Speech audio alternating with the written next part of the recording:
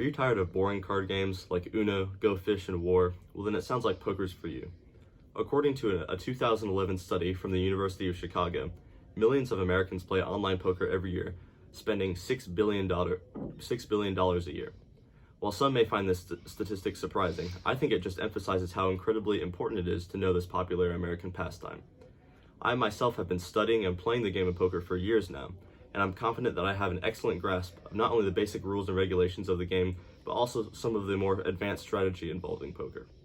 My goal for you is to simply learn the basic concepts of Texas Hold'em, such as hand rankings, betting, and folding, also that you can become a more confident poker player, such that you will go into any game, whether it be with your friends, family, or online, and have confidence that you can win it. In order to learn how to play Texas Hold'em poker, you're going to need a few things.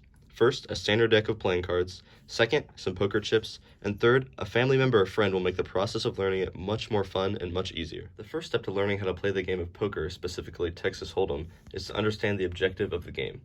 Note that there are 7 playable cards in any round of poker.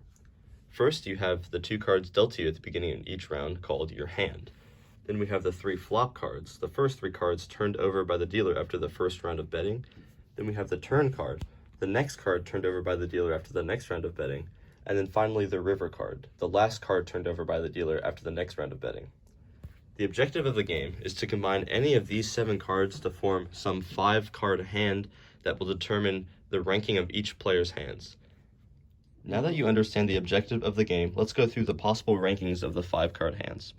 Here we have high card, which is where you have no other pattern, so ace is our highest card. Note that ace can be a 1 and can also be the highest card in the deck. Here we have a pair of aces. Here we have a 2 pair, which is 2 pairs. Here we have a 3 of a kind, which is 3 of the same rank.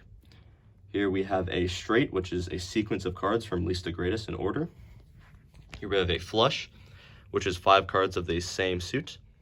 Here we have a full house, which is a 3 of a kind as well as a pair. Here we have a 4 of a kind, which is 4 of the same rank. Here we have a straight flush, which is a straight combined with a flush. And here we have the best straight flush in the game, which is called a royal flush. Now we will go through a mock round of poker so that I can show you how the betting is done. First, we have a shuffled deck of cards that the dealer will distribute the first hand. It always goes left of the dealer. Now that everyone has their cards, they can look at their cards. The person to the left of the dealer usually starts out as the small blind.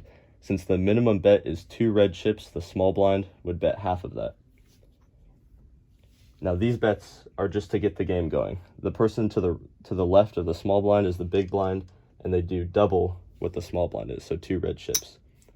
Now if I want to keep playing, I have to bet to that as well, so I'd have to put 2 chips in. And if he wants to keep playing, he would have to do another chip. Of course, at any time you can fold and choose not to bet. Now, since the bets are in order, we can show the flop. So the dealer will burn a card usually, and then show the flop.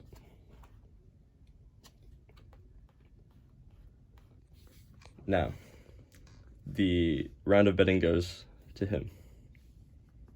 He will check, which means he chooses not to bet, and since no one raised before him, he does not have to match that. This person over here would like to bet 2 blue chips. Now, since I want to keep playing, considering my cards, I will also bet 2 blue chips. He wants to keep playing, so he will also bet 2 chips. Okay, so now the dealer will distribute the turn card, so he'll burn another card. And this is the turn card. Now, I'm looking pretty good right now, but I don't know what everybody else has. So he will start betting now, and he chooses to put in 2. I want to keep playing, so now I will put in 2, and he wants to keep playing, so now he'll put in 2. Once again, we will burn a card, and then the river card will be exposed, and there will be one final round of betting, which he will start. He wants to go all in, so to match them, they will have to go all in as well. And since I have more than the all in was, I don't actually have to do that. I can just go and match that bet. And now at this point, since we all continue to bet, we would reveal our cards. He has 4 aces, which is a 4 of a kind, the highest 4 of a kind you can get. He has a 3 of a kind of 3s, and I have a royal flush. Therefore, I win the entire pot.